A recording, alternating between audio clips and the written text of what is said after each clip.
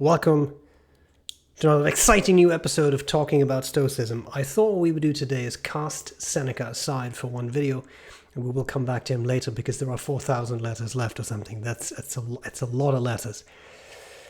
Yesterday I was at a conference about trauma and children, which is not my research field. Don't ask me anything about it. That's not my thing, but I was there for a specific reason. And one of the speakers was an indigenous elder. And I found her story very interesting because to me it related to a concept that I know from Stoicism. So I thought that might be an interesting topic for today. She talked about how in her language, kinship is actually a verb. So you kin to your family, but you also kin to the trees, and you kin to the lake, and you kin to all sorts of relatives, as she called them. The standing relatives, the trees that make oxygen for us, and the four-legged relatives, and all that sort of stuff. Now what's interesting is that Stoicism has a concept that I think is somewhat related to this. Not exactly the same, but somewhat related to this. And it's one of those concepts that, although it is quite pronounced and important in Stoicism, it's not the type of concept that gets talked about a whole lot.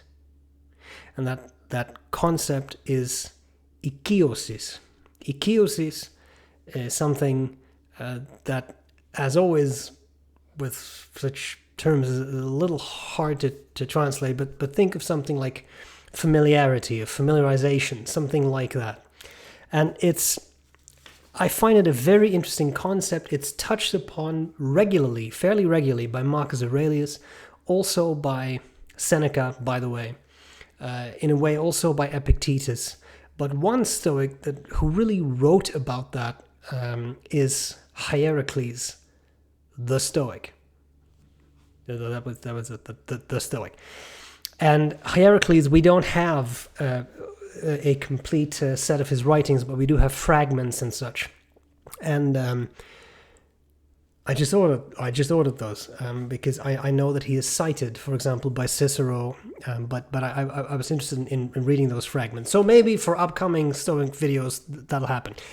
Anyway, Hierocles, the Stoic, came up with a system of Oikeiosis that is kind of a set of concentric circles. So what he said is something like, okay, so you have at the center circle you, yourself, your being.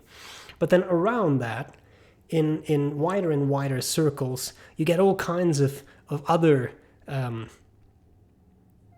relationships, really. So right around you is your specific family, but then around that you get the citizens of the polis where you live, and then you get your countrymen, and then you get all of humanity, the cosmopolis, right? That's a very philosophical term, being a citizen of the world, the entire world. And what I then find interesting is that there actually is a very similar theory from Abel Eibesfeld in psychology, which has a very similar thing about the development of children. Like you have the immediate child, and then its family, and then school, and then the parents' work, and then etc. Fascinating. Through the ages, stayed relevant. Now, the reason it's an interesting concept, Oikeiosis, it's a fun word to say too for me. The reason it's a fundamental concept is that the Stoics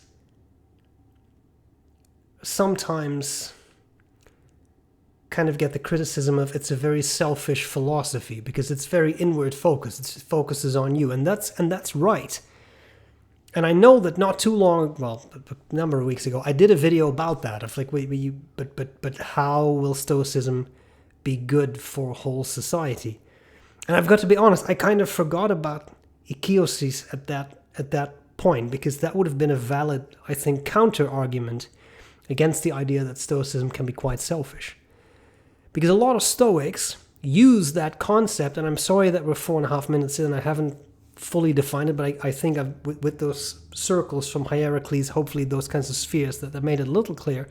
But the reason the Stoics like this concept is that they said, you are related to everyone. And this was very similar to what the indigenous elder that I listened to yesterday said. I'm related to everyone. We're all related. So she said, so for example, her father is, of course, her father, but then her father's brothers are her little fathers. They're also a little bit her father. And in the West, I don't think we're very used to thinking in those kinds of terms. But it's very Stoic to think in that way. Because the Stoics said, here's the deal. If you realize you're part of a larger ecosystem, a system where you are one little cog in a big machine. They didn't use that terminology because I don't think they had cog, but you get the point. You are a part of a much bigger whole, an entire cosmos. And first of all, that can put your problems in rather a harsh perspective. Your problems are real. They are real to you.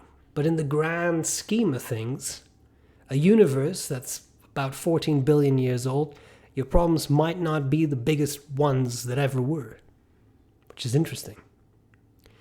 Now, more relevant, I think, than that, which in itself can be pretty helpful once in a while if you feel down to think about your problems in those terms. But in the grand scheme of things, is this really a huge issue? But more important than that, Oikeiosis means we're all each other's brothers and sisters. We all belong to the same family, the family of humankind. And that may sound a little hippie-esque to some, but I think there is a lot to be said for that idea. Because here's the point. When you get frustrated with people, and let's be fair, there's a lot of reason this day and age to be frustrated with people. It happens to all of us, right? If you get frustrated with people, one way out of that is to think to yourself, but we're all related. You could think of another person as a brother or a sister, or if they're a bit farther removed, an uncle or an aunt or a niece, a nephew, a cousin, etc. And I have found, when I don't forget that topic, when I remember Oikeiosis, I found it to be very helpful. Because I'm not talking about people who do terrible things to you, who traumatize you. I'm not talking about that. I'm talking about lighter everyday encounters. Someone, and this is an example I've used a number of times, but I know that it frustrates a lot of people. It certainly frustrates me. But you're driving and someone cuts you off in traffic. It can be very frustrating, and it can be annoying. And I'm certainly one of those people who can get not road rage, I think, but I can be annoyed by it, and I can find it hard to let that go. And I found that in such situations, what can actually be quite helpful is to think in those types of kinship terms. Well, okay, uncle there cut me off. Well, maybe there's something going on. I know what's going on in his life. Maybe he's having a bad day. Maybe he's in a rush. Maybe he needs to visit someone in the hospital. I don't know. Is that an excuse? No, it is not. But that's not the point. The point is that it calms you down so that you can continue with your day with an even keel, unencumbered by emotions. Bad emotions. Nobody ever complains about being too happy, right?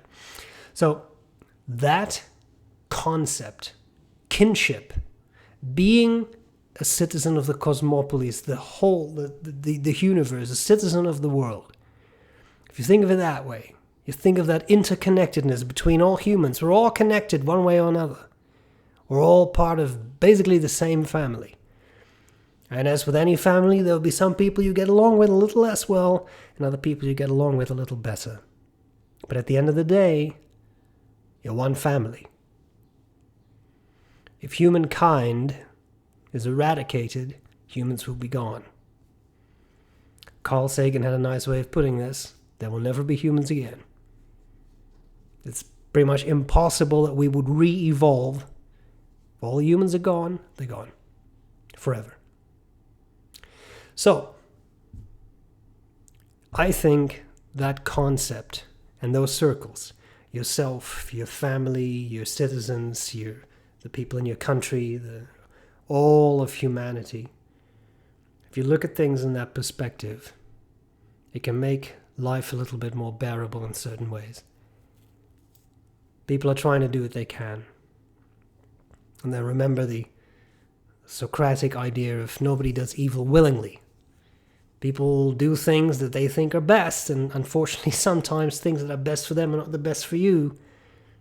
And sometimes people will do evil things. Now, some people do really bad things. But in principle, most of us, normal, simple human beings, we don't wake up going, I'm going to be really evil today. That's not how it works, right? So think about that. Think about how you're related to people. Marcus Aurelius was I think, very fond of this concept of Oikeiosis, because he writes about it a lot of times. Many times, I probably should have looked up the specific quotes, I'm sorry I did not, but many times he admonishes himself, remember, these people are your brothers. Remember, you're all part of the same family. When you get frustrated, first try to educate someone. If that does not change the behavior, you must accept it, for they are your brothers. And obviously, sisters, etc. It's a very powerful way of looking at things. And this, I think, is a powerful illustration of how Stoicism can help an entire society. If everybody would look at if everybody would look at other people as part of themselves, as part of their family, I think people would act very differently. Now, the reality is that people do not do this thing. But what other people do is not within your control. What you do is. So if you can look at things from that perspective, okay, that was really annoying. Maybe aunt here has a bad day. Maybe uncle here has a bad day. Maybe nephew, niece, cousin, brother, sister is having a bad day. Better luck tomorrow. Fascinating concept. Oikeiosis. Let me know what you think about Oikeiosis and the kinship of all. If it's useful to you, if it's not useful, and what it means to you. I'm always interested in reading these sorts of comments. So, hope this was useful. I'll see you again next week for more talk about Stoicism. Thank you so much for watching.